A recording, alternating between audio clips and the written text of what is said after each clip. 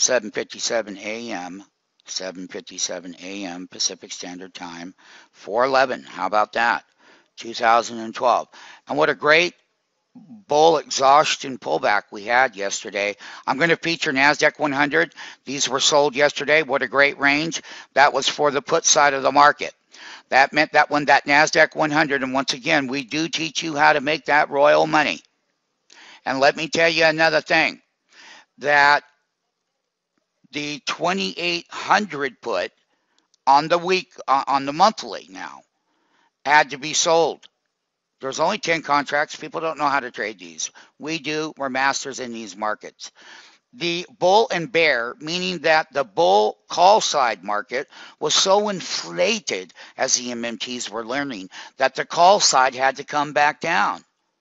And then the put side had to make an adjustment as far as weekly and monthly and call and put side of the market. And when you're mathematically inflated, there will be adjustments, and they will happen in their time. One of the things we're going to feature was the reason why you had to sell them on the highs yesterday. And these had a great markup in a very short period of time. And that was a 2800 put. We kept going back up to the NASDAQ 100 because we did. And the NASDAQ 100 had its pullback, as it did, because it did. And here's a daily chart very quickly of it. And you can see here, as I show it to you, I apologize. I have to put the zoom tool on here for you. There you go, MMT. Now, you see, on a daily level, we came down and we hit a support level. And we did. Even though that you broke below the 10 and 20-day simple day moving averages, MMT, that's the public stuff. Who cares? What we do know is that the lower end of the call side is tradable back to test the 10-day simple moving average at 27.58. That makes the reversal side in a shorter time structure of the beaten down call side of the market a trade. Yes, they're going to gap it on the open, and yes, Brian, you'll have to have the right account number, and that would be going in the other bigger one there that you have. And what we would do here is there's going to be a premium gap, but at some point there'll be a pullback. Remember, the close was $63 on a $2,700 call that was in the money. They stripped that down to those lows where we were buying that thing live yesterday, but it was the monthly now. And it needed to be the monthly because you have a little bit more time for the volatility to play out than a weekly. You never want to gamble with the idea, does the gap supposed to come? Sure. But what if it doesn't and you get marked down again? You don't want to ever be in that place. But the place that you want to be in is the markdowns are here.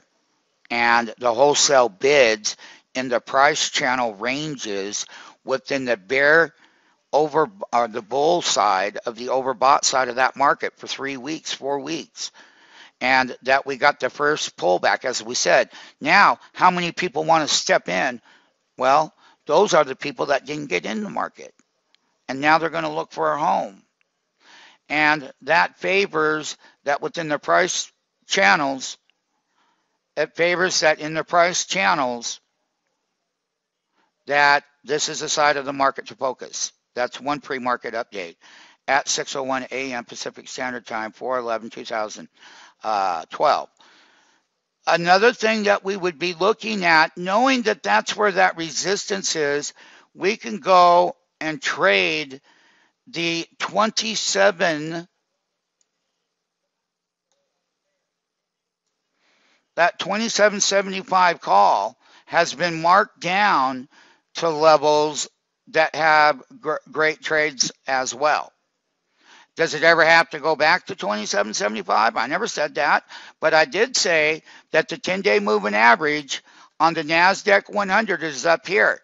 That means we could take a look at buying a short-term nice trade off the bottom, take it up $5 and dump it. Another thing we can look at is we can take a look at the very same one, which would be this 2740 call, which would take us up to the 10-day simple moving average in the NASDAQ 100. They were marked down 29.60. The high was 20.40. The low was there. They're going to gap up, but there is a trade back above. So if we got in somewhere around that wholesale bid, let it pull back. There is a trade. There is a range between 18 and 27 on these right here. And I'm doing this free market live, pal, before the fact, before the opening bell. Speaker 1 and 2, get on it. That's that 27.40 call. Once again, that's the NASDAQ 100 update, concluding the fact that the 10-day simple public moving average is up there, and that's at 27.58 on the upper end, and that you're not as nearly overbought as you were up here at 90%. You're down here at 39, and so that's the part we're going to do on NASDAQ 100 call side of the market. That's the put side feature. That was cashing it in. Let it go on the frickin' record. Earnings season. CMG is a very overbought stock, and it's pre-market at 6:10 a.m. Pacific Standard Time. Now, yes, we've been trading this, and yes, these puts had worked the other day. There are 421, there are 420 put. What I will be doing, though, is I think as far as if the gap is working, I'm going to be looking at two of them. I'm going to be also looking at the 425 put, and the kind of movement was a great movement it was. Now we're going to take all the premium out. People do not know when to sell them. We do. The thing about it is, and we also get to buy them back. Chipotle Mexican Grill is a great company. No one's saying that it's not. It's overbought and must come down to lower levels. So when we get these super gaps, they're going to take the premium out of here, and we're going to start buying the 425 put on the opening bell. And not only that, once the stock makes its high, we're going to start building a short position in it. And we'll talk about that during that time frame and how to execute this one correctly. They made money a couple of times already, probably 4 or 5 times. But now, every time that we get the super gap in the bull, particularly on an overbought stock, it's and it's, you know, don't think that they don't go down. I will not be wrong. I was not wrong yesterday in pre-market or any of them for that matter.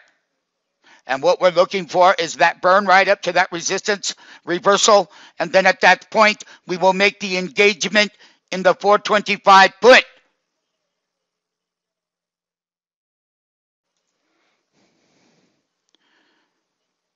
Price line we are featuring right now in pre-market. What a nice short down here. And we did so wonderful with Priceline. And the thing about it is it hit our 775 and it came down to 741. You got a $9 to $10 gap as anticipated.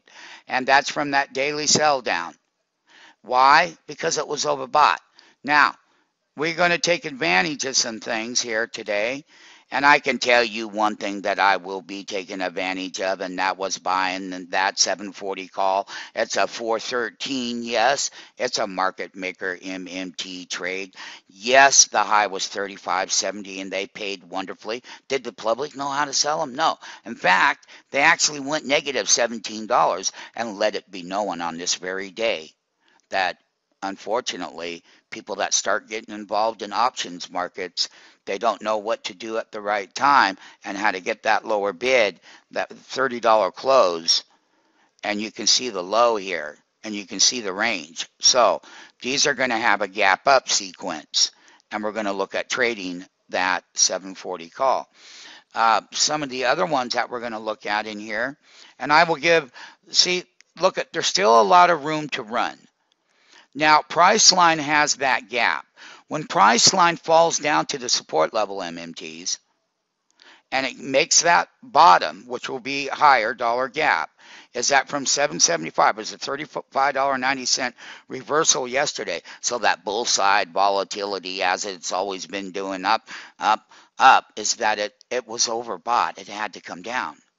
So now that it has, we're going to, when it pulls back on the open, if it wants to keep pile driving, well, the contracts, they take a little while to open, and it's a weekly. and it's a 740, 413 weekly call. There is this 750 call right here that really got marked down huge. 19, see, they're closed. Look at the low, 820.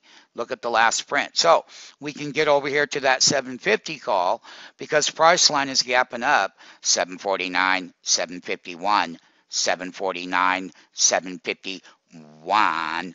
And this one here would be an immediate play on price line for a weekly trade. Price line will bounce off that support level, and we're going to want that 750.